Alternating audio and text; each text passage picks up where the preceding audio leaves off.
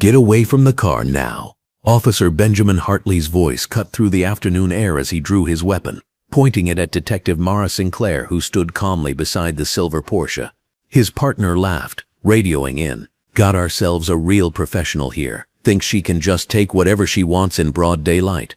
Mara's hands moved slowly to her sides, muscle memory from years of de-escalation training kicking in automatically. The badge in her jacket pocket felt heavier than usual as Hartley stepped closer, his short-sleeved uniform damp with sweat. You picked the wrong car on the wrong day, sweetheart. What he didn't know was that the stolen Porsche was registered to the FBI, and Mara had been driving it for 6 months while tracking a cartel money laundering operation that was about to crumble around all of them. Welcome to Frost Folk Tales. This is where we tell the stories of those who were underestimated, dismissed, and targeted, yet chose courage over silence. If these stories move you, subscribe and be part of a community that refuses to let them fade into the background. The upscale Riverside shopping district buzzed with afternoon energy under the bright natural skylight filtering through the modern glass canopy overhead. Fluorescent lights from storefront displays mixed with the brilliant daylight, creating the kind of visibility that should have made everything crystal clear. Instead, Officer Benjamin Hartley saw exactly what he expected to see: a black woman in a red silk blouse and black slacks standing next to a car worth more than his annual salary. Detective Mara Sinclair kept her voice steady, professional. Officer, I can explain the situation if you'll just allow me to reach for my identification. Her mind raced through 6 months of carefully constructed cover stories, financial records, and cartel surveillance reports that could all dissolve in the next 60 seconds. The Valdez money laundering network she'd been tracking moved millions through luxury car purchases, and today's meeting with their financial coordinator was supposed to happen in less than 2 hours. Hartley's partner, Officer James Cooper, circled around to the passenger side while speaking into his radio. We're going to need backup and a tow truck for vehicle impound. Suspect is cooperative, but we want to process this properly. His long-sleeved uniform was crisp and official as he began taking photos of the Porsche's license plate and VIN number visible through the windshield. The shopping district's foot traffic slowed as curious onlookers began gathering at a respectful distance. A woman in her 50s with graying hair and a community organizer's instincts pulled out her phone and began recording. Rosa Mendez had seen enough questionable police stops in her neighborhood to recognize when something didn't feel right about the officer's assumptions and approach. You know what I see here? Hartley's voice carried the particular tone of someone who believed his assumptions were facts. I see someone who thought she could boost a high-end vehicle from a nice neighborhood because she figured nobody would notice or care. But we notice. We always notice when people like you come into areas like this. Mara felt the first wave of genuine anger rise in her chest. But 18 years of federal law enforcement training kept her expression neutral. Officer Hartley, I understand there may be some confusion about the vehicle, but I assure you I have legal authorization to operate this car.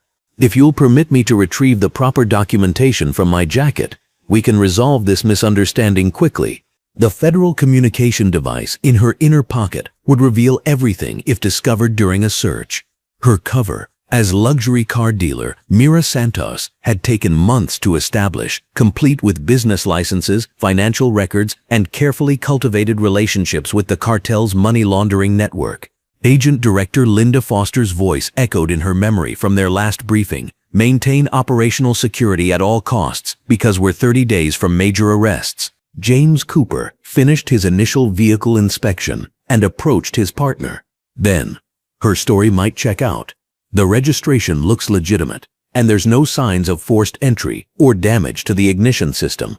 Maybe we should verify her identification before proceeding with the arrest. Hartley's expression hardened as he kept his weapon trained on Mara. I've been doing this job for 12 years, Cooper, and I know a professional car thief when I see one. Look at how calm she is. How prepared her answers sound.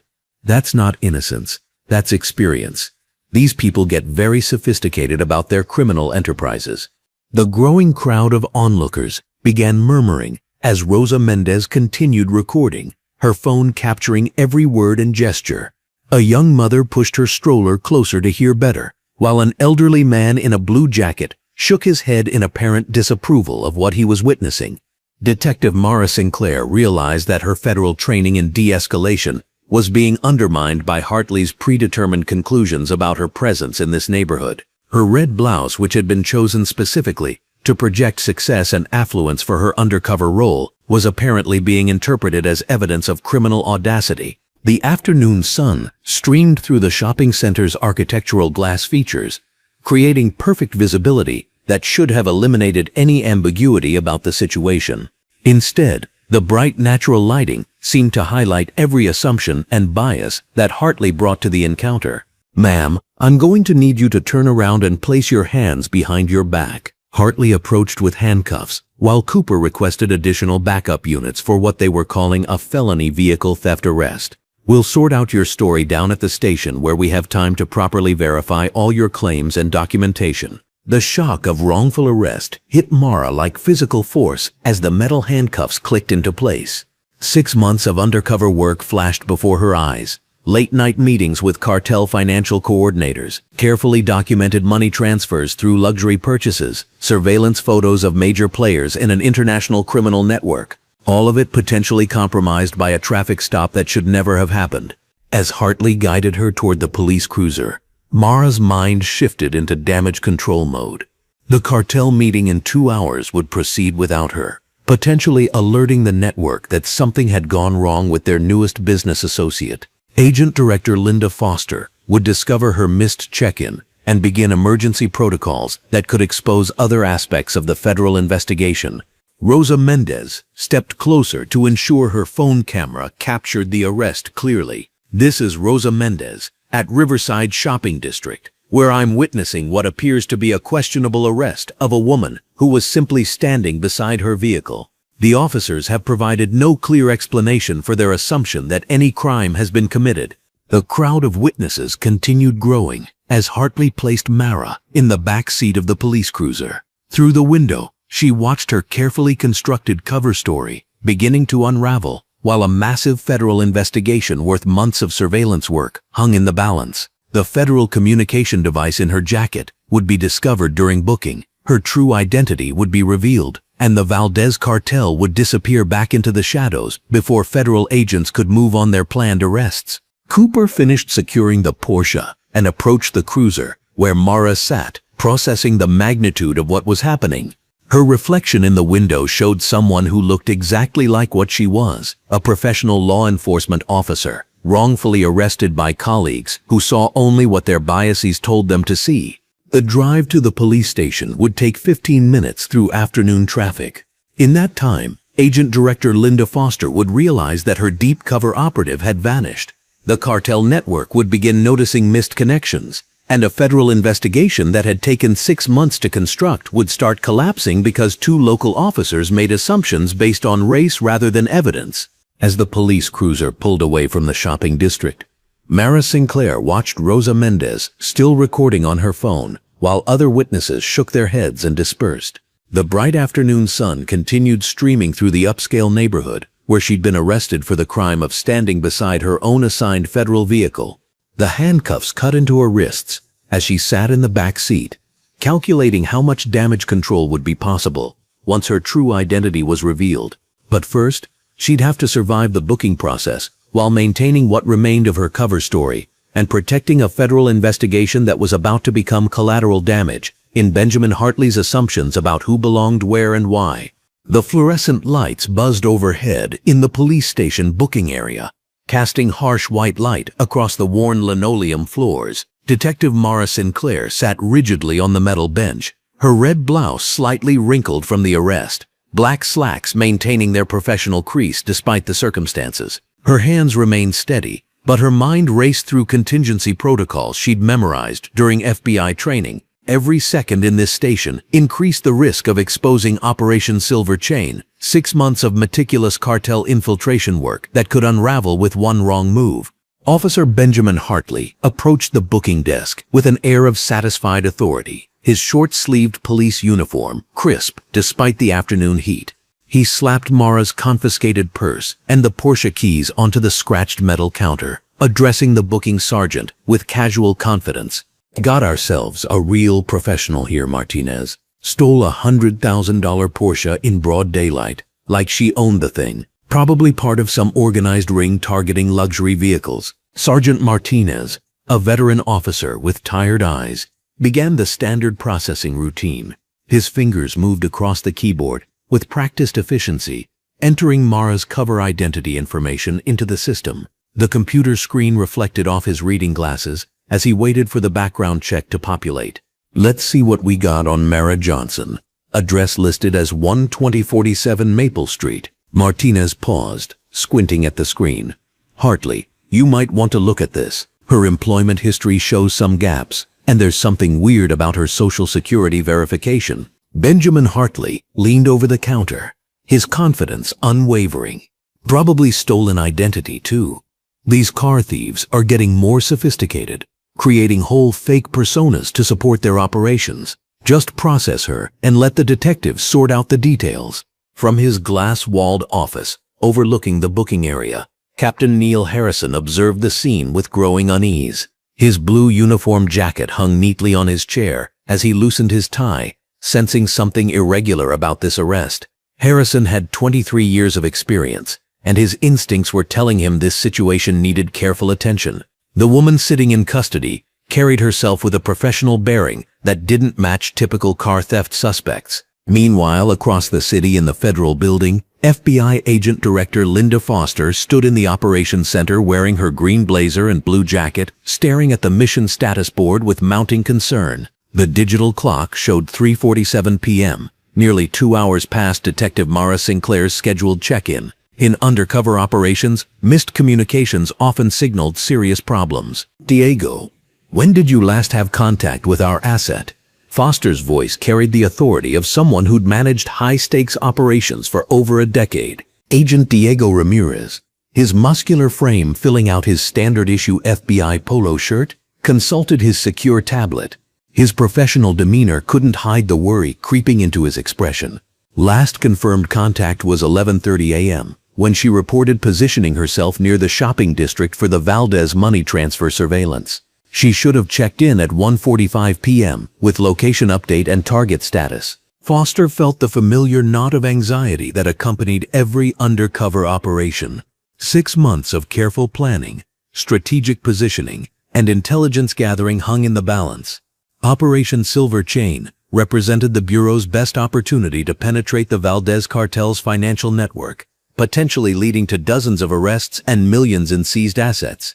Pull up her GPS beacon and run a trace on her communications device. If she's been compromised, we need to know immediately. Foster's mind began calculating contingency options while hoping for a simple equipment malfunction. Back at the police station, the booking computer finally processed Mara's fingerprint scan. Sergeant Martinez frowned at his screen as unusual flags began appearing in the federal database. His years of experience had shown him plenty of identity irregularities, but this pattern seemed different. Hartley, we got federal alerts popping up on this fingerprint scan. The system's showing some kind of restricted access notification, but it's not processing the full report immediately. Officer Benjamin Hartley waved dismissively, his racial bias preventing him from considering any explanation that didn't fit his predetermined assumptions. Probably just means she's got outstanding warrants in other jurisdictions. Federal database takes time to sync up with local systems. Don't let bureaucratic delays slow down proper police work. Officer James Cooper approached the booking desk, his expression troubled. Unlike his partner, Cooper had been reviewing the arrest details and finding inconsistencies that bothered his professional instincts. Benjamin, I've been thinking about this arrest. Did you notice how calm she was? Most car thieves panic when confronted, but she acted like someone with law enforcement training. Cooper, you're overthinking this. I've seen plenty of professional criminals who stay cool under pressure. That's what makes them dangerous. Stop second-guessing solid police work. From the holding cell area, Mara could hear fragments of their conversation. Her FBI training emphasized maintaining cover identity even under extreme stress, but the federal database flags worried her. If the system processed her real identity, months of careful preparation would be wasted, and cartel targets would disappear before federal agents could act. Captain Harrison finally left his office, approaching the booking desk with measured steps. His supervisory instincts demanded closer examination of any arrest that generated federal database alerts. Martinez, what's the status on processing this suspect? I'm seeing some unusual activity on our systems. Captain, the federal database is showing restricted access flags on her fingerprints, but the local system isn't getting full clearance to view the details. Could be everything from witness protection to federal informant status. Without proper authorization codes, we're basically flying blind on her real background. Harrison studied Mara through the booking area window. Her professional composure and the expensive clothing suggested someone with legitimate income sources. Combined with the federal database irregularities, this arrest was becoming more complicated than a simple car theft case. Hartley, I want you to expedite processing on this case. Get her printed, photographed, and into holding while we sort out these database issues. Something about this situation doesn't feel routine. Across town, Agent Diego Ramirez had traced Mara's last known location to the shopping district where the arrest occurred. His investigation revealed multiple 911 calls reporting police activity near the luxury car dealership, along with social media posts showing arrest footage. Director Foster, I found her. Local police arrested our undercover agent approximately 2 hours ago near her surveillance position. Initial reports suggest they believed she was stealing her assigned vehicle. Foster felt her worst fears materializing. Not only was their operation compromised, but a federal agent was in custody, facing criminal charges based on racial profiling and mistaken assumptions.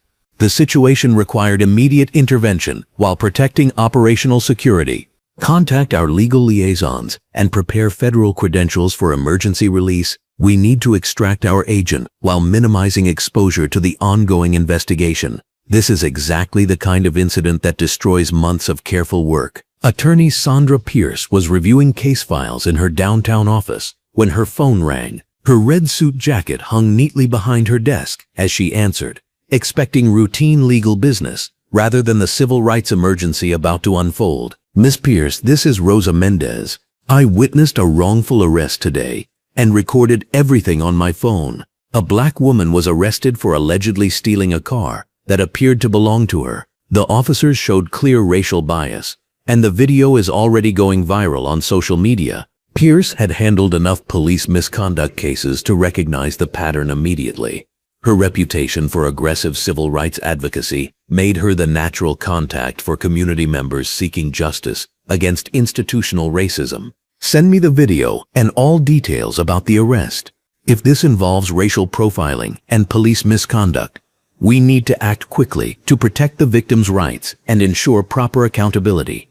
The booking process continued under the harsh fluorescent lighting, each procedural step increasing the risk of exposing federal operations. Mara maintained her cover identity while internally calculating how much longer she could sustain the deception without compromising national security interests. Officer James Cooper pulled his partner aside, away from the booking desk where their conversation might be overheard. Benjamin, I've been reviewing our body camera footage from the arrest. When she asked us to contact federal authorities, maybe we should have listened. Professional car thieves don't typically request FBI involvement in their cases. Cooper, you're letting a smooth criminal manipulate your judgment. She's playing psychological games, trying to create doubt about legitimate police work. Don't fall for sophisticated criminal tactics designed to avoid prosecution. The federal database finally processed enough information to display preliminary alerts on Sergeant Martinez's screen. His expression changed as he read the restricted access warnings and jurisdictional flags that indicated federal law enforcement involvement. Captain Harrison, you need to see this immediately. The database is showing federal law enforcement flags on our suspect, but the system won't release specific details without higher authorization levels. This could be DEA, FBI, ATF, or any number of federal agencies. Captain Harrison felt the situation spiraling beyond local police authority. Federal involvement meant potential media attention, civil rights investigations, and departmental scrutiny that could damage careers and reputations.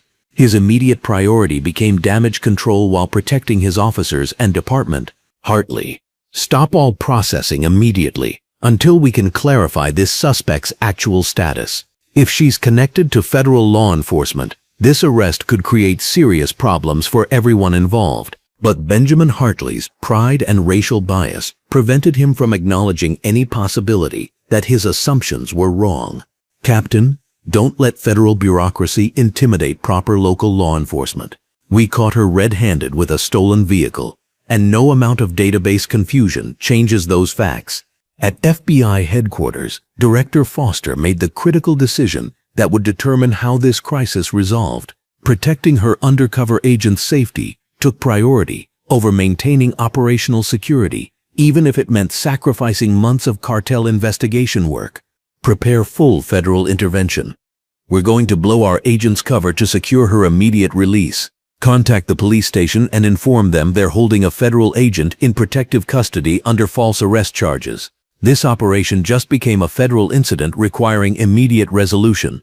The fluorescent lights continued buzzing overhead as multiple forces converged on a situation that began with racial profiling and was rapidly escalating into a federal jurisdictional crisis with national security implications. Detective Mara Sinclair sat in custody, knowing that her ordeal was about to transform from personal injustice into institutional accountability. The harsh fluorescent lights of the Westfield Police Department's main area cast everything in an unforgiving white glare as FBI Agent Director Linda Foster pushed through the glass entrance doors with the force of someone accustomed to having obstacles removed from her path. Her green blazer and blue jacket combination commanded attention in the bustling station, and every conversation seemed to pause as officers instinctively recognized federal authority even before credentials were displayed. Agent Diego Ramirez followed closely behind, his muscular frame and professional bearing creating an imposing presence that made several uniformed officers take notice and whisper among themselves. Captain Neil Harrison looked up from his desk through his office window and immediately felt his stomach drop as he recognized the unmistakable swagger of federal agents who weren't making a friendly visit. His blue uniform jacket suddenly felt too tight as he watched Linda Foster approach the front desk with a folder that he suspected contained documents that would ruin his entire week. The natural skylight streaming through the station's upper windows combined with the overhead fluorescence to create lighting so bright that every detail of the unfolding confrontation would be clearly visible to anyone watching. Officer Benjamin Hartley was completing paperwork at his desk when he noticed the commotion near the entrance, and his first instinct was dismissive irritation rather than concern.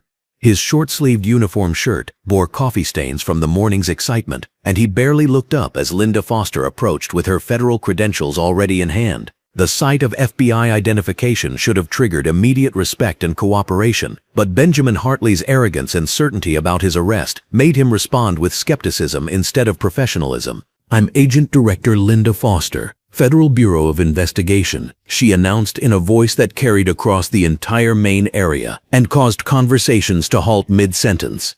"I'm here regarding Detective Mara Sinclair, who was wrongfully arrested this morning by officers from this department. I have a federal warrant demanding her immediate release and transfer to federal custody." The folder she placed on Benjamin Hartley's desk contained not just the warrant, but also Mara Sinclair's actual federal credentials, her undercover operation authorization, and documentation, proving that the Porsche in question was government property assigned to an active FBI investigation. Benjamin Hartley glanced at the papers with the same dismissive attitude he had shown during the arrest, convinced that any documentation could be fabricated and that his original assumptions about car theft were correct. "Look, lady, I don't care what fancy badges you're flashing," Benjamin Hartley responded while leaning back in his chair with an expression of stubborn defiance.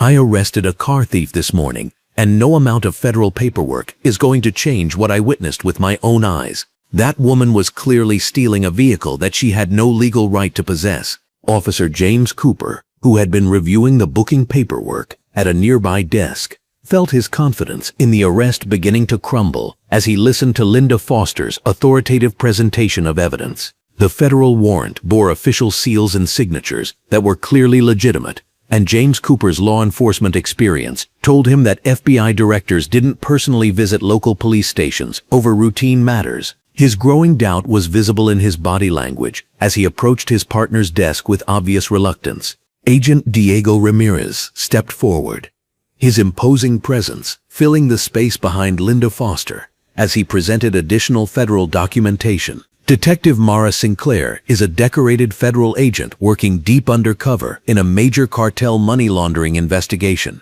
He explained in a voice that carried the authority of someone accustomed to being taken seriously. Your arrest has potentially compromised 6 months of surveillance work and endangered both the operation and the agent's safety. Captain Neil Harrison emerged from his office with the desperate look of a supervisor who recognized that his department was about to face federal scrutiny that could destroy careers and trigger investigations into their procedures and training. His blue uniform jacket was properly pressed and professional, but his expression showed the panic of someone realizing that a routine morning arrest was about to become a jurisdictional nightmare with media attention and federal oversight. "Officer Hartley, stand down immediately," Captain Neil Harrison ordered, though his voice carried more desperation than authority.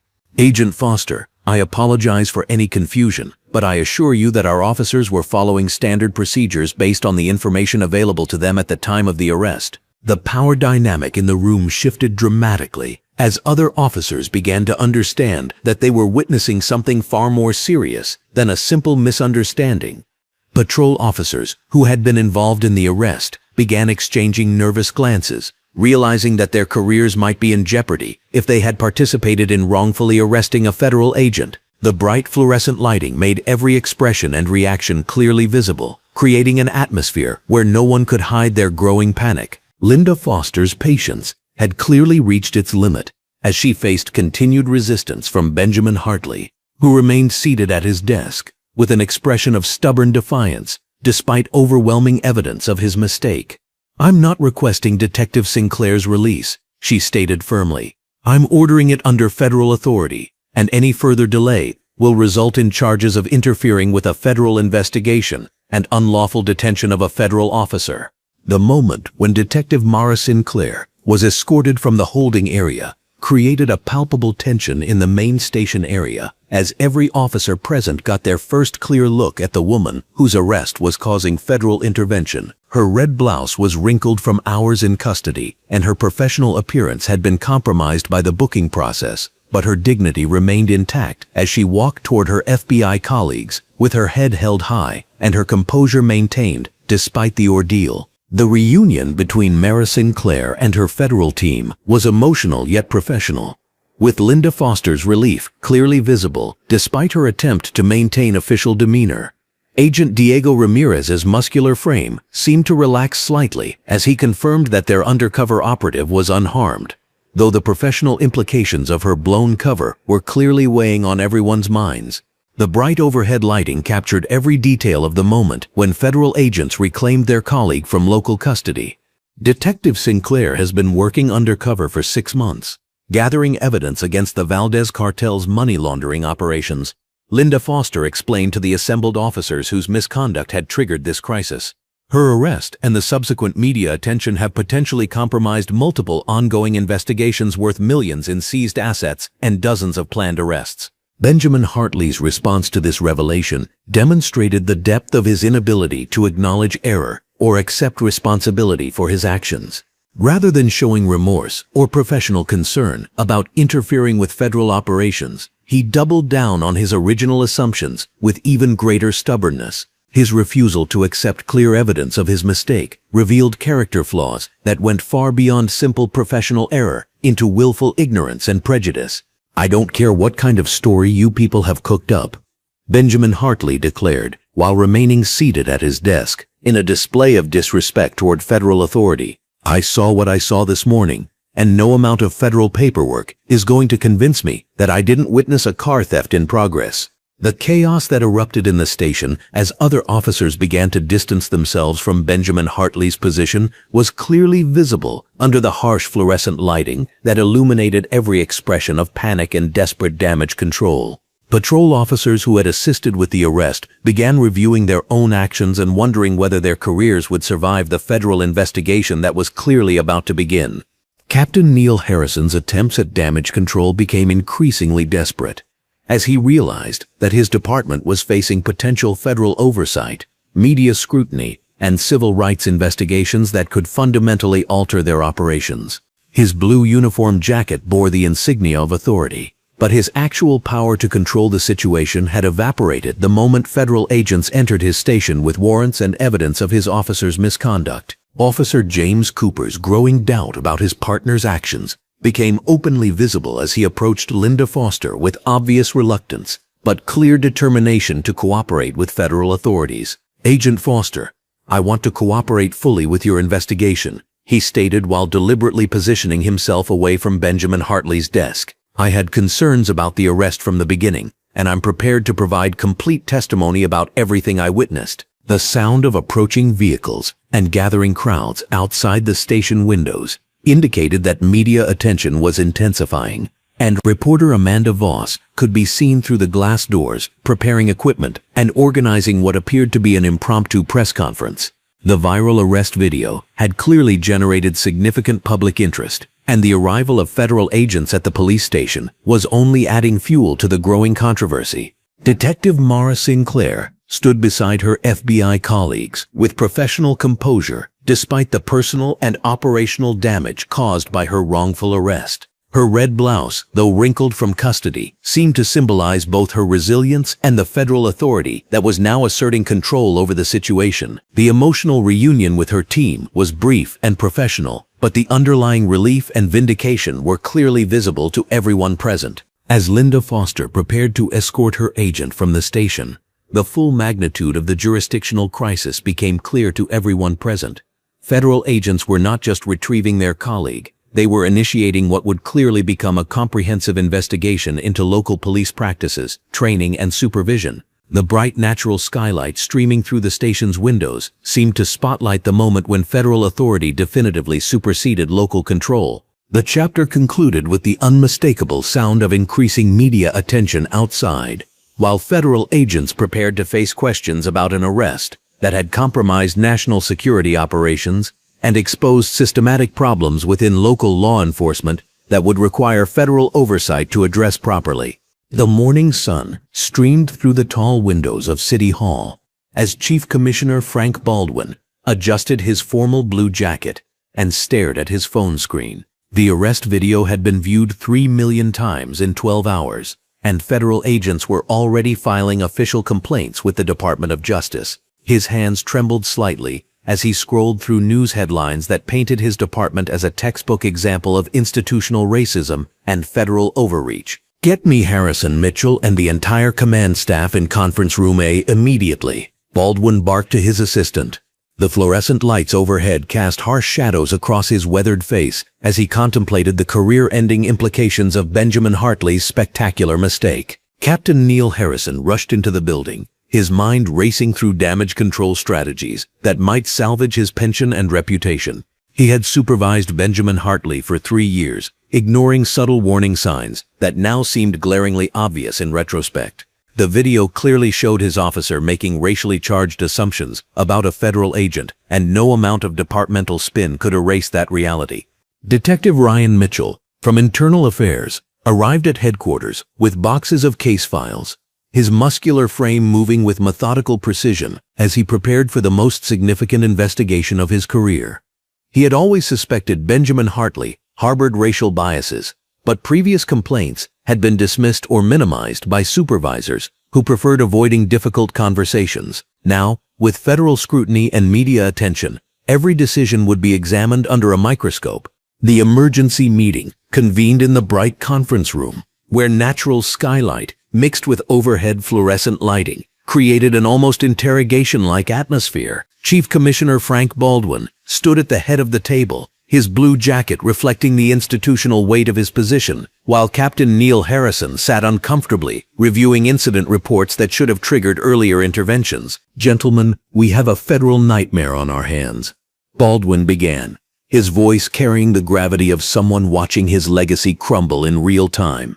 Detective Mara Sinclair wasn't just wrongfully arrested. She was a federal agent conducting a classified investigation that we may have permanently compromised.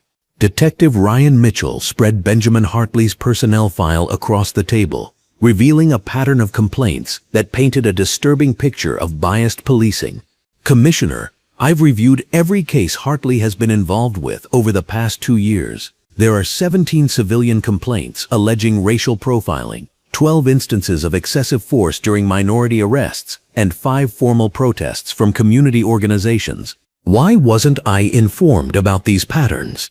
Baldwin demanded, though he suspected the answer would implicate his own leadership failures. Captain Neil Harrison shifted uncomfortably, knowing that his performance evaluations had consistently rated Benjamin Hartley as satisfactory, despite mounting evidence of problematic behavior. Sir, most of these complaints were classified as unsubstantiated or resolved through verbal counseling. We followed standard procedures for complaint resolution. Standard procedures that clearly failed, Mitchell responded, his muscular frame conveying the physical authority his investigation would now wield. I've also discovered that Officer Hartley attended only 2 of the 6 mandatory bias training sessions over the past 18 months, and his supervisory reviews contain no documentation of corrective action. Meanwhile, across town in the Federal Building, Detective Mara Sinclair sat in Agent Director Linda Foster's office, wearing a red blouse and black slacks, both wrinkled from her night in custody.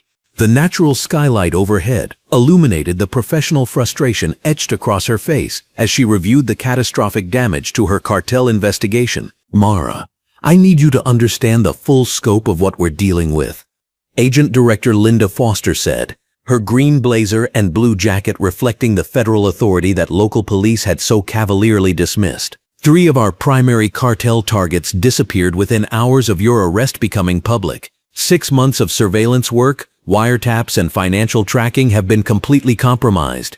Detective Mara Sinclair clenched her fists, feeling the weight of professional failure that wasn't her fault, but would forever mark her career. Director, the Valdez cartel was moving $20 million through that luxury car dealership every month. We were days away from executing search warrants that would have dismantled their entire West Coast operation. I know, Foster replied grimly. Agent Ramirez confirms that our financial surveillance detected massive fund transfers to offshore accounts starting 4 hours after the arrest video went viral. They knew we were coming and reacted faster than we anticipated. Back at the police station, Officer Benjamin Hartley sat in a sterile disciplinary hearing room, his short-sleeved uniform looking disheveled as he faced his first formal misconduct investigation. Detective Ryan Mitchell questioned him methodically, documenting every response for the federal investigators who would soon take over the case. Officer Hartley, the body camera footage clearly shows you assumed Detective Sinclair was stealing the vehicle before conducting any identification verification, Mitchell stated, his muscular presence emphasizing the seriousness of the proceedings. Can you explain the reasoning behind that assumption? Benjamin Hartley's defensive posture revealed someone who had never been held accountable for his biased policing practices. I saw a black woman with an expensive car in an upscale neighborhood. Based on my experience, that situation warranted investigation. Your experience or your prejudice?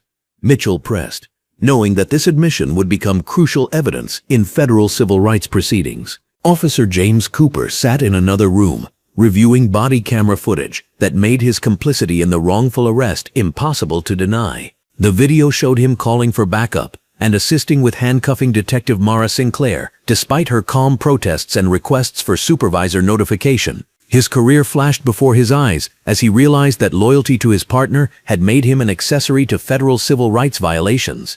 Attorney Sandra Pierce worked from her downtown office, her red suit commanding attention as she built a comprehensive civil rights case that would extend far beyond Benjamin Hartley's individual misconduct. The bright overhead lighting illuminated stacks of police records, federal guidelines, and community complaints that painted a picture of systemic bias requiring institutional transformation. This isn't just about one officer's racism, Pierce explained to her legal team.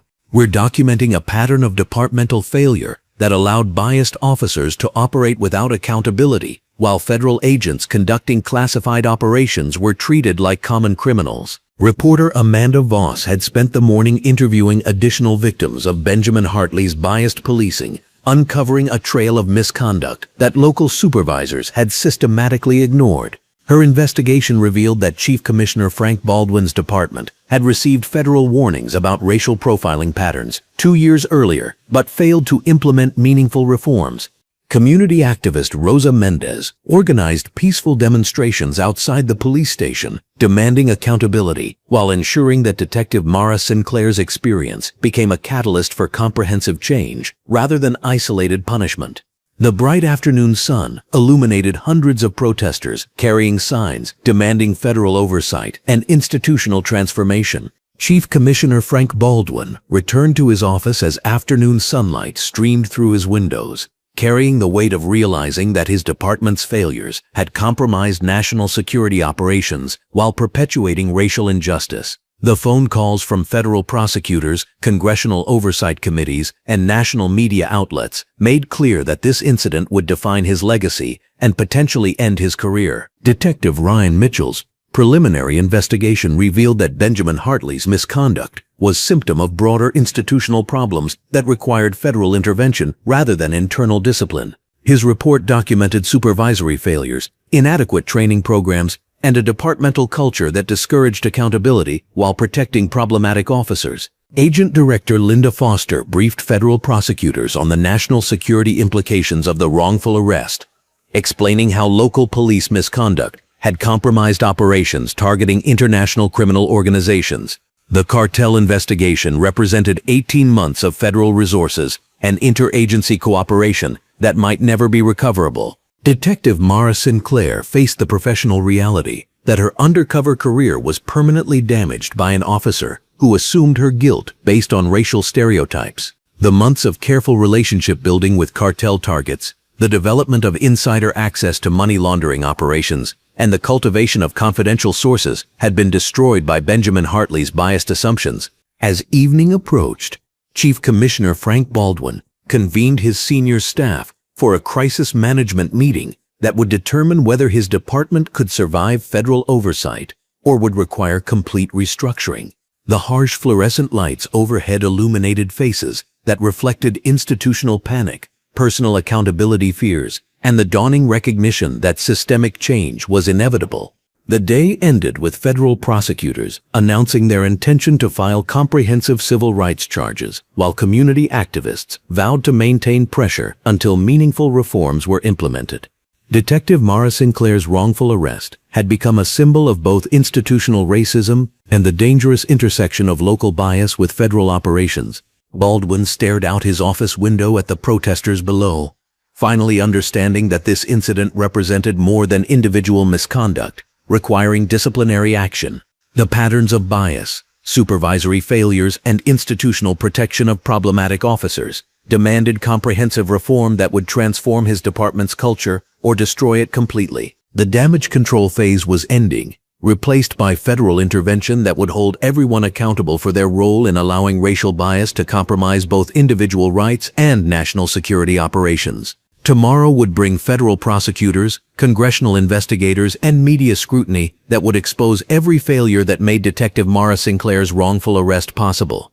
The morning sun streamed through the tall windows of the Riverside Community Center as Rosa Mendez adjusted the microphone at the podium. Bright overhead fluorescent lights illuminated the packed auditorium, where nearly 200 community members had gathered, their faces reflecting a mixture of anger, determination, and hope. The arrest video of Detective Mara Sinclair had ignited something powerful in the community, something that had been simmering beneath the surface for years. Rosa wore a vibrant red dress that seemed to embody the passion she brought to every cause she championed. As a community activist who had witnessed countless incidents of police misconduct, she understood that this moment represented more than just one wrongful arrest. This was their opportunity to demand the systemic change that had been denied for too long. "We are not here today because of one bad officer," Rosa began, her voice carrying clearly through the packed room. "We are here because Detective Mara Sinclair's experience represents what countless members of our community have endured in silence. When a federal agent can be brutalized and humiliated simply because of the color of her skin, we must ask ourselves what hope ordinary citizens have for justice." The crowd erupted in applause, and Rosa could see heads nodding throughout the audience. She had spent the past week organizing this response, working closely with attorney Sandra Pierce to ensure their actions would create lasting change rather than momentary outrage. They had coordinated with federal authorities, media outlets, and community leaders to build a comprehensive response that would address both the immediate injustice and the underlying systemic problems. Detective Mara Sinclair sat in the front row, wearing a sharp red blazer over a black blouse and matching slacks. Despite the professional composure she maintained, Rosa could see the emotional toll the past week had taken.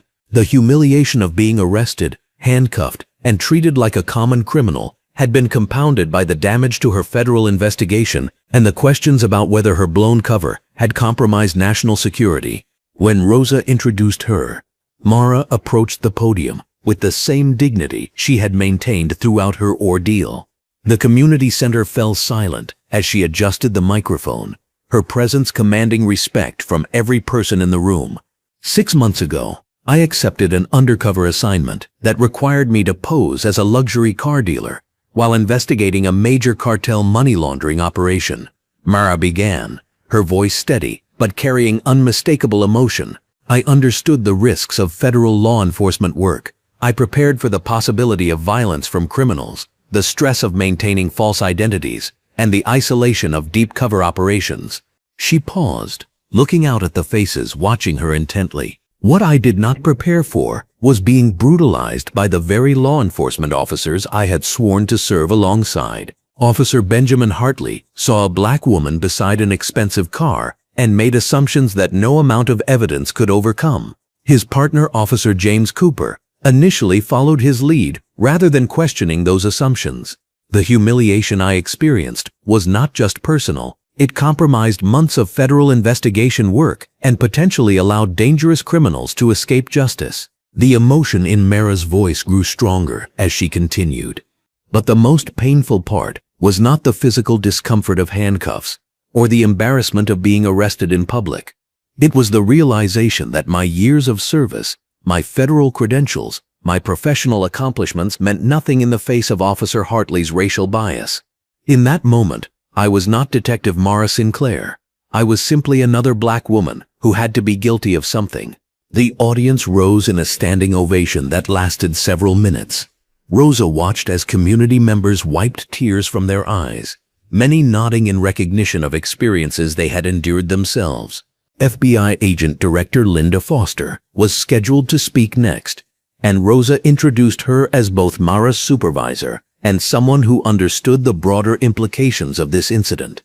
Linda wore a green blazer over a blue jacket, her professional appearance commanding immediate attention as she approached the podium.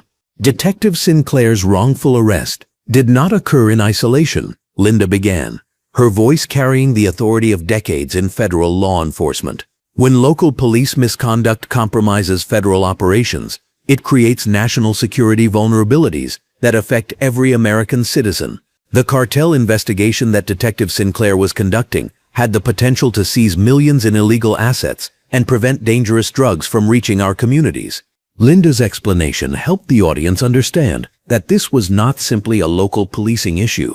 We have spent months building cases against cartel operatives who launder money through luxury car purchases. Detective Sinclair's blown cover has forced these criminals underground, potentially allowing them to relocate their operations and continue harming communities across multiple states. Officer Hartley's racial bias did not just harm Detective Sinclair personally, it damaged our nation's ability to protect its citizens from organized crime. The federal perspective added weight to the community's demands for accountability. This was not simply about local police reform, but about how local misconduct could undermine national security operations. Reporter Amanda Voss had been investigating Officer Benjamin Hartley's history since the arrest video went viral, and her findings painted a disturbing picture of unchecked bias. Standing at the podium in her professional red suit, Amanda presented evidence that transformed this from an isolated incident into a pattern of misconduct. Over the past 5 years, Officer Benjamin Hartley has been involved in 14 traffic stops of black drivers who were later found to have committed no violations, Amanda reported. Reading from her extensive research, 7 of these stops resulted in vehicle searches that yielded no contraband. 4 involved arrests that were later dismissed by prosecutors. None of these incidents resulted in disciplinary action beyond verbal counseling. The numbers were damning, but Amanda's investigation had revealed even more troubling patterns. Hartley's arrest reports consistently describe black suspects using more aggressive language than white suspects, even when the alleged crimes are identical. His use of force reports show a disproportionate number of incidents involving minorities. Most significantly, civilian complaints against Officer Hartley were routinely dismissed without proper investigation. Amanda's reporting had also uncovered the systemic failures that allowed Hartley's bias to continue unchecked. Captain Neil Harrison was aware of multiple complaints against Officer Hartley, but failed to implement additional training or oversight. The department's early warning system flagged Hartley's patterns twice in the past 3 years, but supervisors took no corrective action. Detective Mara Sinclair's arrest was not an anomaly. It was the inevitable result of unchecked bias that supervisors enabled through their inaction. Detective Ryan Mitchell from Internal Affairs had spent the week reviewing every aspect of Hartley's conduct and the department's response to previous complaints. When he approached the podium, his muscular frame and serious demeanor commanded immediate attention from the audience. Internal Affairs has completed a preliminary investigation into Officer Benjamin Hartley's conduct and the supervisory oversight he received, Ryan announced, his voice professional, but clearly frustrated with what his investigation had revealed. We have identified 17 instances over 4 years where proper intervention could have addressed Officer Hartley's biased policing practices. Ryan's findings went beyond individual misconduct to reveal institutional failures. Captain Harrison received multiple reports about Officer Hartley's conduct, but consistently chose the least restrictive disciplinary options. Training records show that Hartley missed 3 mandatory bias prevention seminars without consequence. His field training reports contained warnings about overly aggressive interactions with minority citizens, but these warnings resulted in no corrective action. The Internal Affairs investigation had also revealed how the department's culture enabled misconduct. Officers who questioned Hartley's methods were told to support their partner rather than report concerns through proper channels. Supervisors prioritized arrest statistics over community relations, creating incentives for aggressive policing regardless of constitutional violations. The department's civilian complaint process was designed to discourage rather than investigate allegations of misconduct. Officer James Cooper's decision to cooperate with federal investigators had surprised many in the department, but Rosa understood that some officers were genuinely committed to reform. When Cooper approached the podium wearing his long-sleeved uniform, his discomfort was visible, but his commitment to accountability was clear. "I have been Benjamin Hartley's partner for 18 months, Cooper began, his voice reflecting genuine remorse. "I witnessed behavior that I should have reported but chose to rationalize instead. When we approached Detective Sinclair that morning, I saw the assumptions my partner was making, but I failed to challenge them." Cooper's admission of complicity was painful but necessary for meaningful reform. Benjamin Hartley had made comments about certain types of people and certain neighborhoods that should have been red flags. His approach to traffic stops involving minorities was consistently more aggressive than similar stops involving white drivers. I told myself that his experience made him cautious, but I was really avoiding the uncomfortable truth about his racial bias. Cooper's testimony provided crucial insider perspective on how bias operated within the department. Culture in our department discouraged officers from questioning each other's conduct. Supervisors promoted loyalty over accountability, creating an environment where misconduct could flourish. When I finally reviewed the body camera footage of Detective Sinclair's arrest, I could no longer deny what I had been enabling through my silence. Chief Commissioner Frank Baldwin faced the most difficult position of any official involved in the response. As the department's highest-ranking officer, he bore ultimate responsibility for the culture that enabled Hartley's misconduct.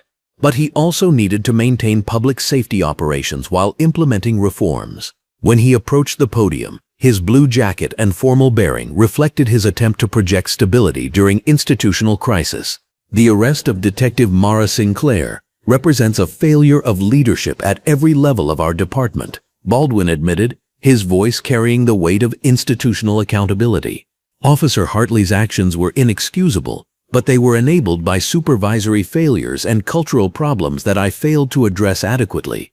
Baldwin's acknowledgement of systemic problems was unprecedented in the department's history. We have immediately implemented mandatory bias training for all officers, revised our arrest procedures to include additional oversight for discretionary stops, and enhanced our civilian complaint process to ensure proper investigation of misconduct allegations. Federal monitors will oversee these reforms to ensure they create lasting change rather than temporary adjustments. However, Baldwin also needed to address community concerns about public safety during the reform process. These changes will not compromise our ability to protect public safety. Professional policing and constitutional policing are not contradictory goals. Officers who cannot perform their duties without violating citizens' rights are not effective law enforcement professionals. As the formal presentations concluded, Rosa opened the floor for community members to share their own experiences with police bias. The stories that emerged painted a comprehensive picture of how systematic misconduct affected ordinary citizens who lacked Detective Sinclair's federal resources and professional standing. Maria Santos, wearing a red blouse, described being stopped repeatedly while driving through affluent neighborhoods where she worked as a housekeeper. Her son Carlos had been arrested for suspicious behavior while waiting for a bus after school.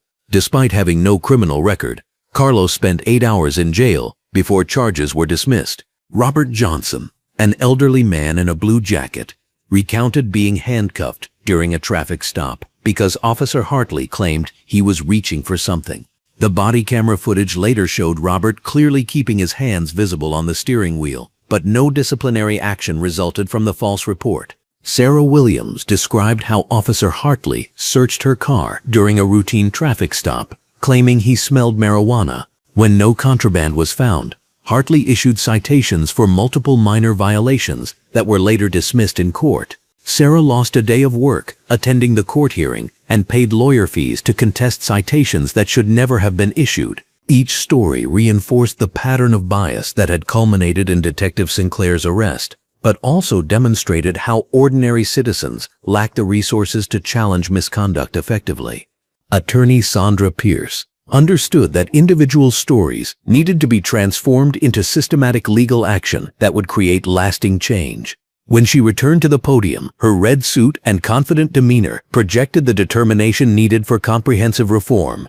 Detective Mara Sinclair's case provides us with unique opportunities for federal intervention that previous victims lacked, Sandra announced, her voice carrying the authority of decades fighting civil rights cases. Federal agents have resources and credibility that allow us to pursue systemic reforms rather than individual settlements. Sandra's legal strategy focused on institutional change rather than monetary compensation. We are filing federal civil rights violations against Officer Benjamin Hartley personally, but our primary focus is on consent decree, requiring comprehensive department reforms. We seek federal oversight of training programs, civilian complaint processes, and supervisory accountability measures that will prevent future incidents.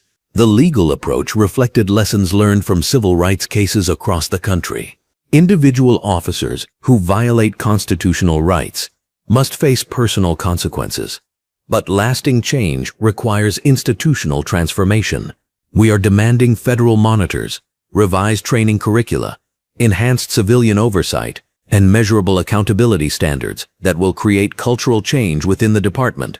Sandra also addressed the broader implications of their legal strategy. Detective Sinclair's case demonstrates how local police misconduct affects federal operations and national security. This provides us with legal arguments that have never been available in previous civil rights cases. We can demand reforms that protect both ordinary citizens and federal law enforcement operations. As the community meeting concluded, Rosa returned to the podium to announce the next phase of their campaign. The energy in the room had grown throughout the afternoon, transforming individual anger into collective determination for change. "This is not the end of our response," Rosa declared, her voice carrying the passion that had motivated decades of activism.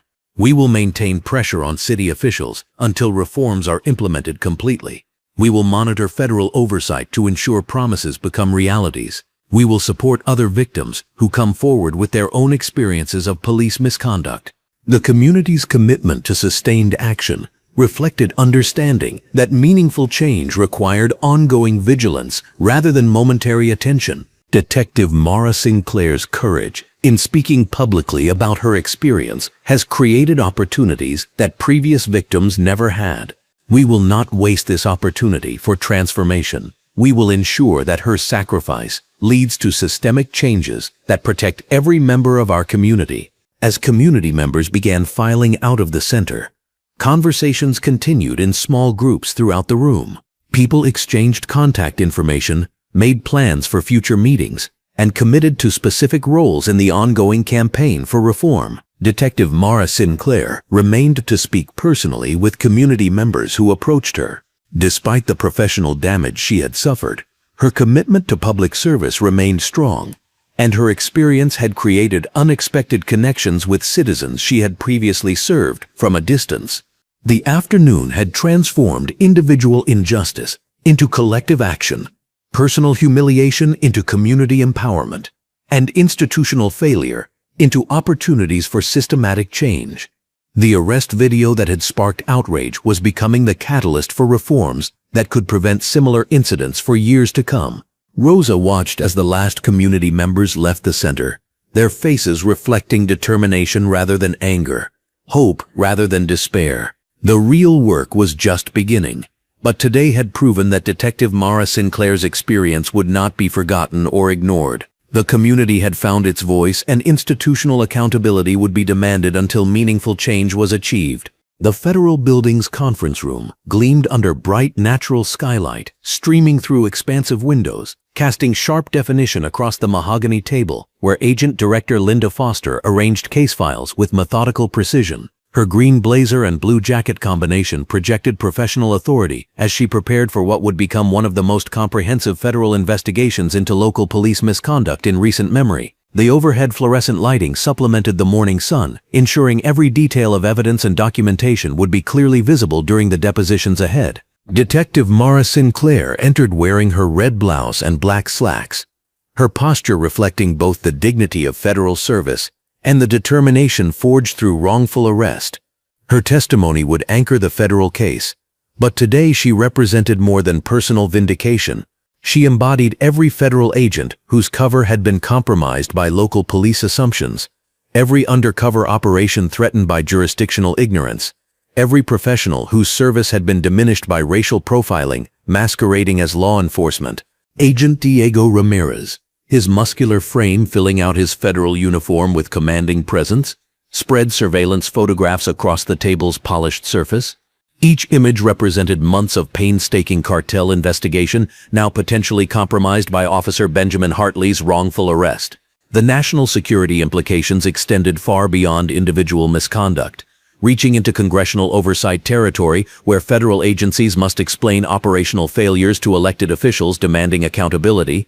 Linda Foster opened the session by addressing the broader scope of federal intervention.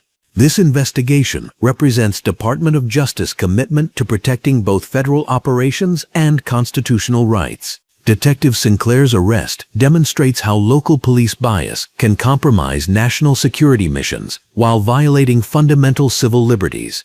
We're not pursuing individual punishment, but systematic accountability that prevents future incidents. Detective Ryan Mitchell arrived carrying Benjamin Hartley's complete personnel file, its thickness suggesting years of accumulated complaints and warning signs that supervisors had failed to address through proper channels. His internal affairs background provided crucial perspective on departmental culture, but his collaboration with federal investigators signaled recognition that internal oversight had proven inadequate for addressing systematic bias within the ranks. Mara Sinclair began her formal testimony with clinical precision, describing each moment of the arrest from professional perspective, while conveying the personal humiliation of being handcuffed beside her assigned federal vehicle. Officer Hartley's assumptions were based entirely on racial profiling rather than evidence or reasonable suspicion. His refusal to examine my credentials properly threatened not only my safety but 6 months of cartel surveillance work targeting major money laundering operations. The emotional weight of her words filled the brightly lit room as federal investigators documented how individual bias had cascaded into institutional failure. Her testimony revealed layers of professional damage extending beyond personal indignity to encompass operational security, federal jurisdiction, and public trust in law enforcement cooperation between agencies. Diego Ramirez presented evidence of the blown cartel investigation's national security implications. His thorough analysis revealing connections between local money laundering and international criminal networks that federal agencies had spent years developing. Congressional notification requirements meant that Benjamin Hartley's wrongful arrest would now demand explanation at the highest levels of government oversight. The Valdez cartel investigation was approaching major breakthrough arrests when Detective Sinclair's cover was compromised. Diego explained, his muscular presence lending gravity to national security concerns. Multiple targets have disappeared, surveillance locations have been abandoned, and financial networks we'd been mapping for 18 months have gone dark. The operational damage extends far beyond local jurisdiction into federal counter-narcotics efforts. Judge Catherine Holloway's arrival in her black robes signaled the formal judicial review that would determine federal civil rights charges against Officer Benjamin Hartley and potential Department of Justice intervention in the entire police department's operations. Her reputation for thorough analysis and constitutional expertise meant that any ruling would carry significant precedential weight for similar cases nationwide. After reviewing preliminary evidence, Judge Holloway announced her determination that the case merited full DOJ intervention. The evidence indicates systematic failure of oversight, training, and accountability that enabled Officer Hartley's misconduct while compromising federal operations. This requires comprehensive federal response rather than isolated individual prosecution. Meanwhile, Benjamin Hartley had hired private attorney Marcus Webb, a former prosecutor known for defending police officers in federal civil rights cases.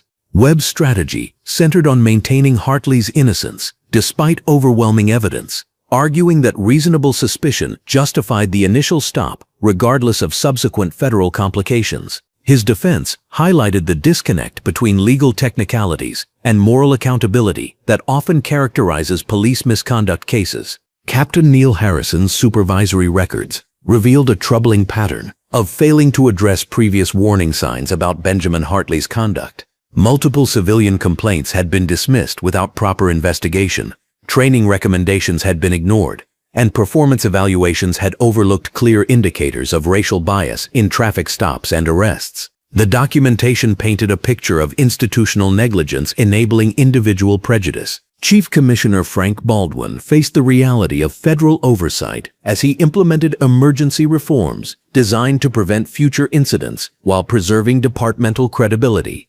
His announcement of mandatory bias training, revised arrest procedures, and enhanced civilian oversight represented acknowledgement that voluntary reform had proven insufficient for addressing systematic problems within the ranks. The federal building's conference room became a focal point for evidence review as investigators uncovered the broader scope of Hartley's biased policing. Traffic stop data revealed disproportionate targeting of black drivers. Arrest records showed patterns of excessive force allegations, and witness statements confirmed community perceptions of discriminatory treatment that supervisors had failed to address. Reporter Amanda Voss's investigative work had uncovered additional victims of similar police misconduct who found courage to come forward after witnessing Mara Sinclair's professional response to wrongful arrest. Each new case strengthened the federal argument for systematic intervention while demonstrating how individual courage can inspire broader accountability. Maria Santos, a teacher who had been wrongfully stopped by Hartley 6 months earlier, provided testimony about his aggressive questioning and assumptions based on her neighborhood rather than any criminal suspicion.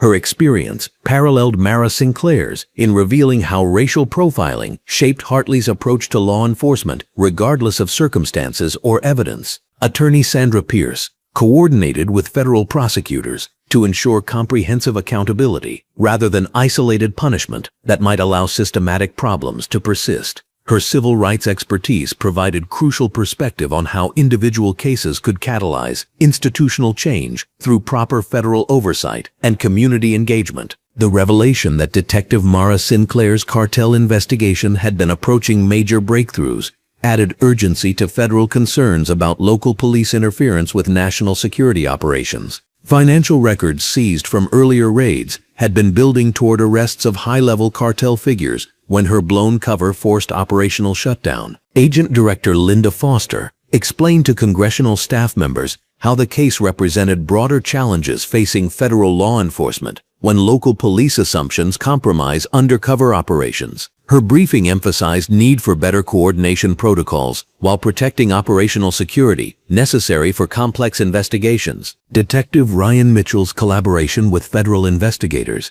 demonstrated how internal affairs divisions could serve accountability rather than protection when properly motivated by external oversight. His willingness to expose departmental failures represented professional integrity, choosing justice over institutional loyalty. The federal building's bright conference room hosted community representatives who provided context for how Benjamin Hartley's misconduct affected broader police-community relations. Their testimony revealed how individual officer bias could undermine entire departments' credibility while making federal cooperation more difficult. As afternoon sunlight streamed through the conference room windows, federal investigators compiled evidence that would support comprehensive Department of Justice intervention in the police department's operations. The case had evolved from individual wrongful arrest into systematic accountability, demanding institutional transformation. Chief Commissioner Baldwin's emergency reforms included revised training protocols, enhanced oversight procedures, and community engagement initiatives designed to rebuild trust while preventing future federal intervention. His acknowledgement of systematic problems represented institutional recognition that voluntary change had proven insufficient. The investigation concluded with federal prosecutors announcing formal civil rights charges against Officer Benjamin Hartley, while opening broader inquiry into departmental practices that had enabled his misconduct. Detective Mara Sinclair's courage in maintaining professionalism during wrongful arrest had catalyzed federal response that would benefit countless future victims of police bias. Agent Director Linda Foster's final statement emphasized how individual injustice, when properly addressed through federal oversight, could strengthen both constitutional rights and law enforcement professionalism. The investigation represented federal commitment to protecting both undercover operations and community trust in police accountability. The federal courthouse's marble halls echoed with purposeful footsteps as Detective Mara Sinclair adjusted her red blazer and walked toward the witness stand. Bright fluorescent lights illuminated every corner of the courtroom, casting no shadows on the justice that was finally being served. 3 months had passed since her wrongful arrest, and today marked the culmination of a comprehensive federal investigation that would reshape how law enforcement agencies operated across jurisdictions. Judge Catherine Holloway, her black robes pristine under the overhead lighting, called the court to order with authority that commanded absolute attention. The packed courtroom fell silent as she began reading the federal charges against Officer Benjamin Hartley. Civil rights violations, deprivation of rights under color of law, and obstruction of federal operations carried sentences that could fundamentally alter his life, just as his actions had attempted to destroy Mara's career. Federal prosecutor David Chen stood before the jury, his navy suit reflecting the serious nature of the charges. Ladies and gentlemen, this case represents more than individual misconduct. It demonstrates how unchecked bias in policing threatens not only citizens' rights, but national security operations. His voice carried the weight of months of investigation as he outlined how Officer Benjamin Hartley's racial profiling had compromised a federal cartel investigation worth millions in potential seizures. Detective Mara Sinclair took the witness stand with composed dignity, her red suit symbolizing the strength she had maintained throughout this ordeal. The bright courtroom lighting seemed to emphasize her professionalism as she placed her hand on the Bible and swore to tell the truth. Her testimony would be the cornerstone of federal prosecution and the catalyst for systematic reform.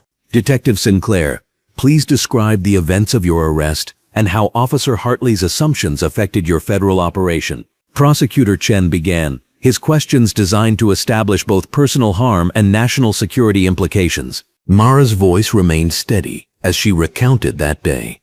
I was conducting routine surveillance as part of a 6-month undercover operation, targeting the Valdez cartel's money laundering network. Officer Hartley approached my assigned vehicle with preconceived notions based entirely on racial stereotypes. Despite my calm explanations and professional demeanor, he proceeded with an arrest that ultimately compromised months of federal work. The courtroom listened intently as she detailed the humiliation of being handcuffed in public the assumption that she was a criminal rather than a federal agent, and the professional damage caused when her cover was blown. Her testimony painted a picture of institutional failure that extended far beyond individual bias. Can you quantify the operational damage caused by your compromised cover? Prosecutor Chen asked, leading toward the broader implications. The cartel investigation had to be restructured completely. 3 major targets went underground when news of my arrest became public. Approximately 18 months of surveillance work was lost, and we estimate over $40 million in assets that could have been seized remain in criminal hands, Mara responded, her professional assessment highlighting the national security consequences of local police misconduct. Defense attorney Margaret Walsh attempted to minimize Officer Hartley's actions during cross-examination, but her questions only reinforced the systematic nature of his bias. When she suggested that any officer might have made similar assumptions, Mara's response was devastating. A properly trained officer would have listened when I identified myself, would have verified my credentials before making assumptions, and would have recognized that their preconceived notions were based on racial stereotypes rather than actual evidence, Mara stated firmly, her words carrying the authority of someone who had maintained professionalism under extreme pressure. Attorney Sandra Pierce took the podium, wearing her signature red suit, her presence commanding attention as she addressed the court about systematic bias, requiring structural changes. Your Honor, this case reveals patterns of misconduct that individual prosecution alone cannot address. Our investigation has uncovered 14 similar incidents involving Officer Hartley over the past 3 years, all dismissed or inadequately investigated by supervisors who failed in their duty to protect citizens' rights. Pierce presented evidence that transformed the courtroom's understanding of the case. Department records showed civilian complaints that were buried, training sessions that Officer Hartley failed to complete, and supervisory notes indicating concerns about his conduct that never resulted in corrective action. Each piece of evidence built toward an undeniable conclusion that systematic reform was necessary. We request that this court order comprehensive departmental reforms under federal oversight. Pierce continued, her legal arguments supported by months of documentation. Individual justice must be accompanied by institutional transformation to prevent future violations. Judge Catherine Holloway reviewed the extensive evidence before making her ruling. Her words would reshape law enforcement operations throughout the region. This court finds overwhelming evidence of civil rights violations that demonstrate systematic failures requiring federal intervention. Officer Benjamin Hartley is guilty of all charges and will face federal sentencing. Additionally, this court orders the police department to operate under federal consent decree with mandatory reforms. The courtroom erupted in quiet satisfaction as justice was finally served, but Judge Holloway's additional orders provided the systematic change that would prevent future incidents. Mandatory bias training, revised arrest procedures, enhanced supervisory oversight, and federal monitoring would transform departmental culture from reactive punishment to proactive prevention. Chief Commissioner Frank Baldwin, wearing his formal blue jacket, stood to address the court and accept federal oversight. His statement represented institutional accountability rather than defensive posturing. The department accepts full responsibility for the failures that allowed this incident to occur. We commit to implementing comprehensive reforms under federal supervision and rebuilding community trust through transparent operations. Baldwin's announcement included specific commitments that went beyond court requirements. Every officer would undergo enhanced bias training. Arrest procedures would include mandatory verification protocols, and civilian complaint processes would operate under federal oversight. The department would transform from an institution that protected problematic officers to one that prevented bias through systematic accountability. Detective Ryan Mitchell, his muscular frame reflecting months of intense investigation work, took his oath as Internal Affairs Liaison for federal oversight. His role would ensure transparency in future investigations and provide direct federal access to departmental operations. The position represented a fundamental shift from internal protection to external accountability. My responsibility is ensuring that promised reforms become permanent cultural changes, Mitchell stated during his appointment. His background investigating this case provided credibility with federal monitors, while his departmental knowledge enabled effective implementation of required changes. Officer Benjamin Hartley's trial revealed the depth of bias that supervisors had failed to address through proper intervention. Testimony from colleagues described his pattern of targeting minority drivers, his refusal to consider alternative explanations for situations, and his defensive reactions when questioned about his assumptions. The evidence painted a picture of an officer whose prejudices had been enabled by inadequate supervision. Former partner James Cooper's testimony proved devastating to Hartley's defense. Wearing his dress uniform, Cooper described incidents where he had questioned Hartley's assumptions but failed to report concerns through proper channels. His honest assessment of departmental culture provided crucial evidence for both prosecution and reform requirements.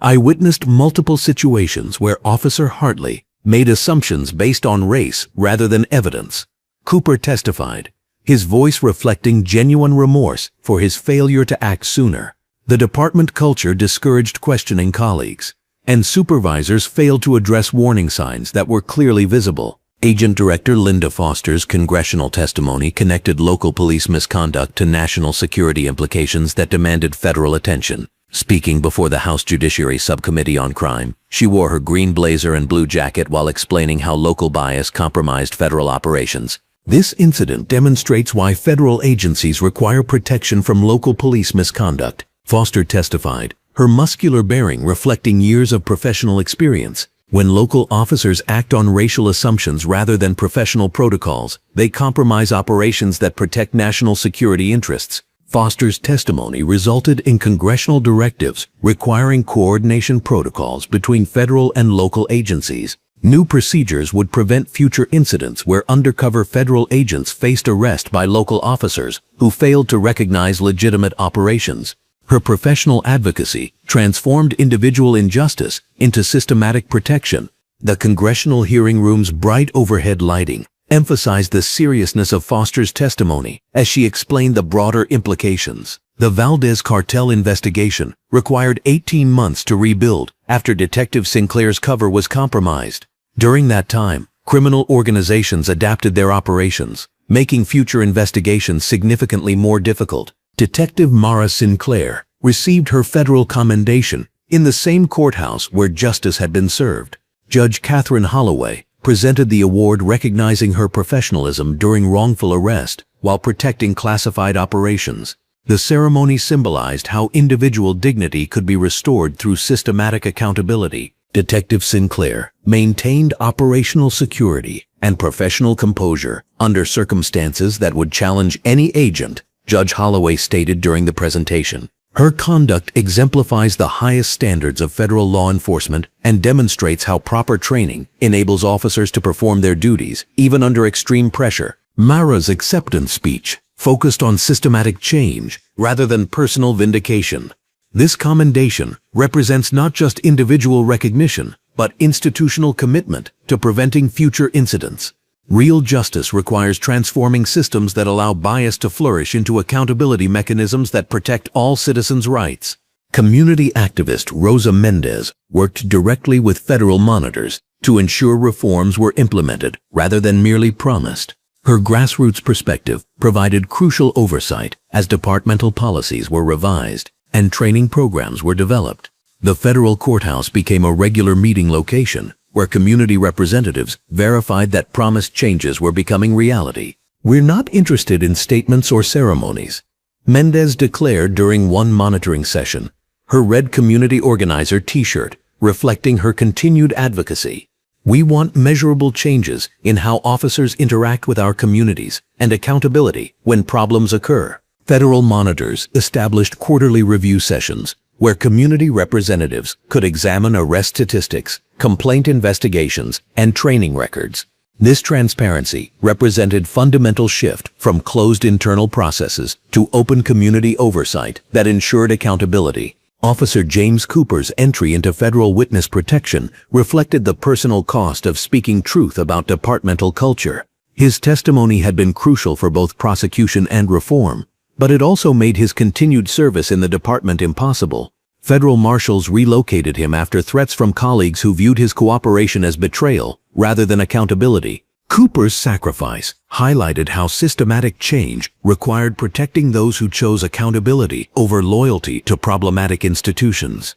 His willingness to testify honestly about his partner's misconduct and departmental failures provided evidence that made comprehensive reform possible. Reporter Amanda Voss's comprehensive coverage of the trial and reforms earned her the National Press Club's Civil Rights Reporting Award. Her investigative work had transformed an individual incident into a national conversation about police accountability and federal oversight. The courthouse steps became a regular location for her reports tracking reform implementation. This story demonstrates how individual injustice, when properly investigated and prosecuted, can catalyze systematic change, Voss reported during her award acceptance speech. Real journalism requires following reforms through implementation, rather than simply covering initial promises. Her continued coverage ensured that public attention remained focused on reform implementation rather than moving to new controversies. This sustained attention provided crucial pressure for departments to fulfill their commitments, rather than allowing promised changes to fade from priority. The Federal Consent Decree established measurable benchmarks for departmental transformation. Arrest statistics, complaint resolution times, training completion rates, and community satisfaction surveys would be monitored monthly by federal agents. This data-driven accountability represented evolution from reactive punishment to proactive prevention. Judge Catherine Holloway's final ruling established legal precedent, protecting undercover federal agents from local police interference. Her decision required local departments to establish protocols for recognizing federal operations while maintaining operational security. This precedent would prevent future incidents where jurisdictional confusion compromised both citizen rights and national security. As court proceedings concluded, the transformation was evident in every participant. Detective Mara Sinclair had evolved from victim to catalyst for change. Officer Benjamin Hartley faced federal prison, while his conviction became a nationwide case study. Chief Commissioner Frank Baldwin led a department committed to reform rather than defensiveness. The bright courthouse lighting that had illuminated testimony and evidence now reflected hope for systematic change. Individual injustice had catalyzed institutional transformation through federal oversight that ensured accountability became permanent rather than temporary. Justice had been served not just through punishment, but through prevention of future violations. The legal system's response demonstrated how comprehensive accountability could transform isolated incidents into lasting reform. Federal prosecution, community oversight, and institutional commitment had created a model for addressing police misconduct that protected both citizen rights and legitimate law enforcement operations. As participants left the courthouse, the afternoon sunlight symbolized transparency that would continue illuminating police operations through federal oversight and community monitoring. Justice had been achieved through systematic change that would benefit countless future interactions between law enforcement and the communities they served. 6 months after the wrongful arrest that shook a city and exposed institutional bias, Detective Mara Sinclair stands at the front of a brightly lit federal conference room, natural skylight streaming through tall windows as she addresses a room full of attentive faces. She wears a crisp red blazer over black slacks, her posture commanding respect as she leads the FBI's groundbreaking Community Liaison Training Program. What you're about to learn, Mara begins, her voice carrying the authority of someone who has lived through the consequences of jurisdictional failure, could prevent the kind of catastrophic breakdown in law enforcement cooperation that nearly destroyed a major federal investigation and violated the civil rights of a federal agent. The audience consists of local police officers, federal agents, and community representatives, all seated under the harsh fluorescent lighting that illuminates every detail of this historic moment. Among them sits Officer James Cooper, relocated from his original department for his safety after testifying against his former partner. He wears his new department's long-sleeved uniform, the muscular federal training instructors flanking him as he prepares to share his perspective on recognizing and preventing bias in policing. Agent Director Linda Foster, wearing her signature green blazer and blue jacket, steps forward to address the group. Detective Sinclair's experience taught us that individual prejudice can compromise national security operations. Today, we're implementing protocols to ensure that never happens again. The protocols represent months of collaboration between federal agencies, local departments, and community organizations. Each page of the training manual reflects lessons learned, not just from Mara's arrest, but from decades of similar incidents that went unaddressed until federal oversight demanded accountability. The comprehensive approach addresses everything from initial contact procedures to escalation protocols when federal agents are involved in local incidents. The most important thing to understand, Mara continues, pointing to a flowchart displayed on the bright conference room screen, is that protecting operational security doesn't require sacrificing civil rights or community trust. These goals strengthen each other when properly implemented. The transformation extends far beyond this training room. Across the city, Chief Commissioner Frank Baldwin's department operates under a federal consent decree that has produced measurable improvements in community relations. The overhead lighting in his office illuminates new bias training materials, updated arrest procedures, and enhanced oversight protocols that have become the standard for departments nationwide. Baldwin himself has become an unexpected advocate for federal oversight, speaking candidly about how external accountability improved his department's effectiveness rather than hindering it. His quarterly reports to federal monitors show reduced civilian complaints, improved case closure rates, and enhanced community cooperation that has made officers' jobs easier and safer. I initially resisted federal intervention, Baldwin admits during his monthly community meeting in the brightly lit Civic Center. I thought it would undermine our authority and complicate our operations. Instead, it eliminated the problematic officers who were making all of us less effective and destroying community trust. In a downtown legal office bathed in natural daylight, attorney Sandra Pierce reviews case files at her newly established Civil Rights Law Center. Her red suit reflects her continued dedication to justice as she provides free legal services to police misconduct victims using settlement funds from Mara's case. The center has already taken on dozens of cases, creating a network of accountability that extends far beyond individual prosecutions. Pierce's work has evolved beyond individual case representation to include policy advocacy and training programs for other attorneys handling police misconduct cases.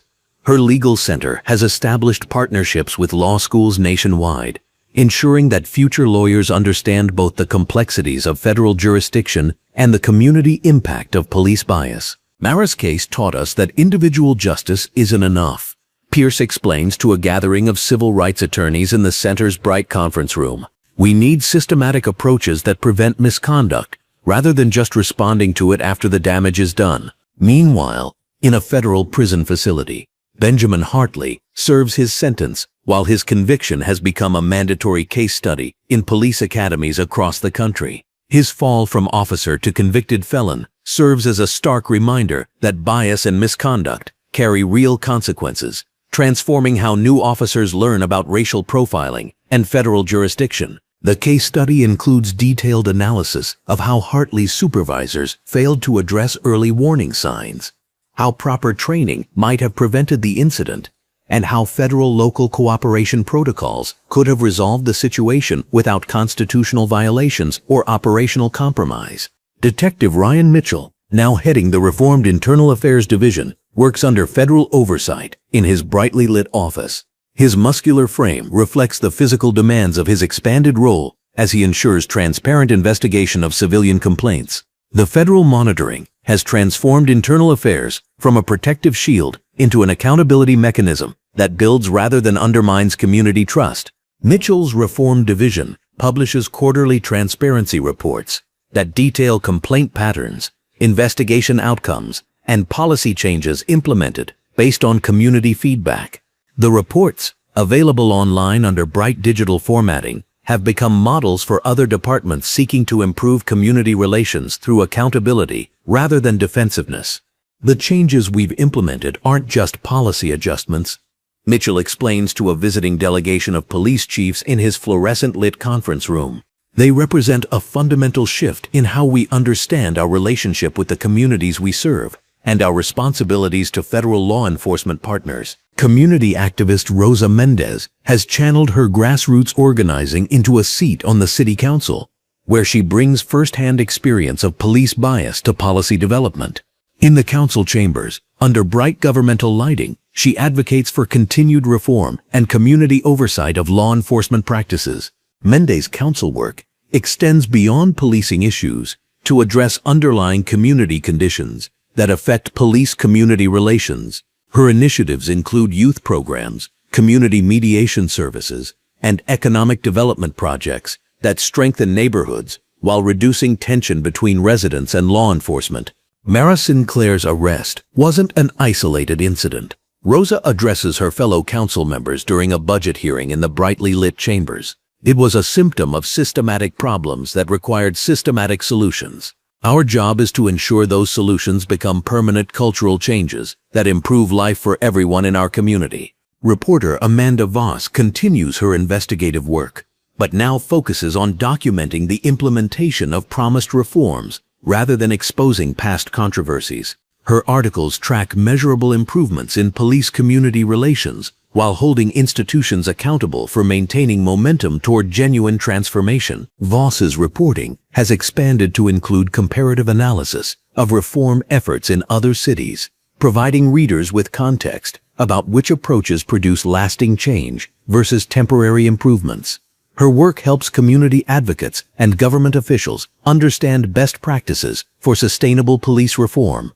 The most significant victory belongs to Agent Director Linda Foster, who successfully rebuilt the cartel investigation using lessons learned from the security breach. The enhanced protocols and improved interagency cooperation led to major arrests that recovered millions in assets and dismantled key money laundering operations. Foster's success in salvaging the investigation while maintaining Mara's safety and dignity has earned recognition throughout federal law enforcement. Her approach balanced operational security with civil rights protection, proving that effective law enforcement doesn't require sacrificing constitutional principles or community trust.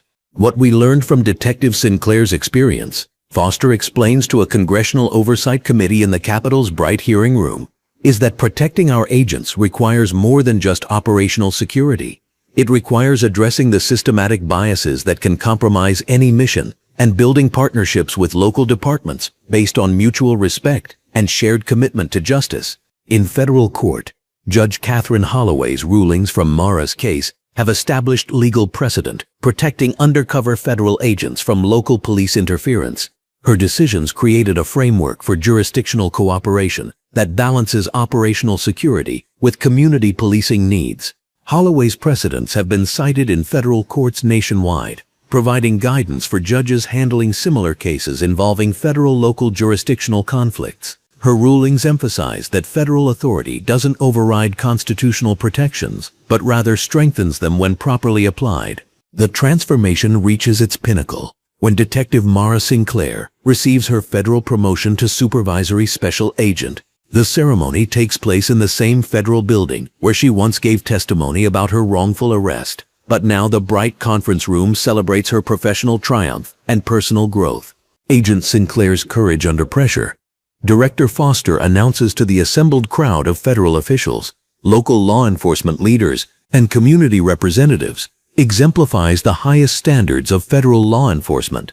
Her ability to maintain operational security while enduring injustice protected a major investigation and ultimately strengthened interagency cooperation. The promotion ceremony includes recognition of Mara's contributions to developing the new training protocols that are being implemented in federal agencies nationwide. Her first-hand experience of jurisdictional failure has informed policy changes that protect both agents and communities from similar incidents. Mara's acceptance speech reflects the journey from victim to leader, from individual injustice to systematic transformation. 6 months ago, I was handcuffed and humiliated because of assumptions based on my race. Today I stand here not just as a survivor, but as someone who helped transform those failures into institutional improvements that will protect other agents and strengthen community trust in law enforcement. The community connections established during her ordeal remain strong. Rosa Mendez attends the promotion ceremony, representing the grassroots coalition that supported Mara through her most difficult moments. Their friendship symbolizes the bridge between law enforcement and community advocacy that has emerged from tragedy. The relationship between Mara and the community activists has evolved into ongoing collaboration on police reform initiatives. Her federal position allows her to provide insight into law enforcement operations, while community leaders offer perspective on how policies affect residents' daily lives. Officer James Cooper, now working with federal training programs in his new location, helps other departments recognize and prevent bias in their operations. His testimony and ongoing cooperation demonstrate that individual officers can choose accountability over loyalty to misconduct. Cooper's work with training programs has made him a sought-after speaker at police academies and professional development conferences. His perspective as an officer who witnessed bias firsthand and chose to speak up provides credible voice for reform within law enforcement culture. Working with Benjamin Hartley taught me that silence in the face of bias makes you complicit. Cooper explains to a group of police trainees in a brightly lit academy classroom, "Speaking up isn't betraying your partner. It's protecting your profession and your community from the kind of damage that misconduct causes to everyone involved." The ripple effects continue expanding. Attorney Sandra Pierce's legal center has established partnerships with law schools, creating a pipeline of civil rights attorneys equipped to handle police misconduct cases. The Bright Law Library, where students research cases, provides hope for continued accountability and justice. Pierce's educational programs include seminars for community members about their rights during police encounters, workshops for attorneys handling misconduct cases, and training sessions for law enforcement about constitutional requirements. The comprehensive approach addresses prevention as well as response to police bias incidents. Detective Ryan Mitchell's reformed Internal Affairs Division has become a model for transparent investigation that other departments study and replicate. His commitment to federal oversight standards ensures that civilian complaints receive thorough and impartial investigation.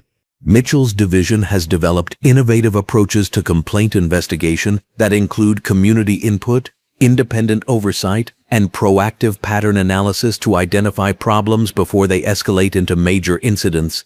The methods are being adopted by departments across the country seeking to improve accountability. Chief Commissioner Frank Baldwin, once defensive about his department's culture, now speaks at law enforcement conferences about the benefits of federal oversight and community engagement. His transformation from reluctant participant to reform advocate illustrates how institutional change can reshape individual perspectives. Baldwin's conference presentations include detailed analysis of how federal oversight improved his department's effectiveness while reducing complaints and increasing community cooperation. His data-driven approach helps other police leaders understand that accountability strengthens rather than weakens law enforcement. The federal consent decree wasn't punishment, Baldwin explains to his fellow chiefs during a national police leadership conference in a brightly lit hotel ballroom. It was an opportunity to build the kind of police department our community deserves and our officers can be proud to serve in. The courthouse where Benjamin Hartley was convicted now hosts regular training sessions for judges and prosecutors about recognizing bias in law enforcement cases. Judge Holloway's precedent-setting decisions provide guidance for handling similar conflicts between federal and local jurisdiction. The judicial training programs have expanded to include education about implicit bias, constitutional requirements for police searches, and proper handling of cases involving federal agents. The comprehensive approach ensures that the justice system supports accountability rather than enabling misconduct. Reporter Amanda Voss's continued coverage ensures that promised reforms receive ongoing scrutiny rather than fading from public attention. Her journalism awards recognize not just individual excellence, but the importance of holding institutions accountable for sustained change rather than temporary adjustments. Voss's ongoing reporting includes quarterly assessments of reform implementation, interviews with community members about their experiences with reformed police practices, and analysis of statistical data showing measurable improvements in police-community relations. As Detective Mara Sinclair settles into her new role as Supervisory Special Agent, she reflects on how individual injustice, when properly addressed through community action and federal oversight, can create systematic improvements that benefit entire communities while strengthening law enforcement professionalism. Her new position includes responsibility for training agents about community relations and federal-local cooperation protocols.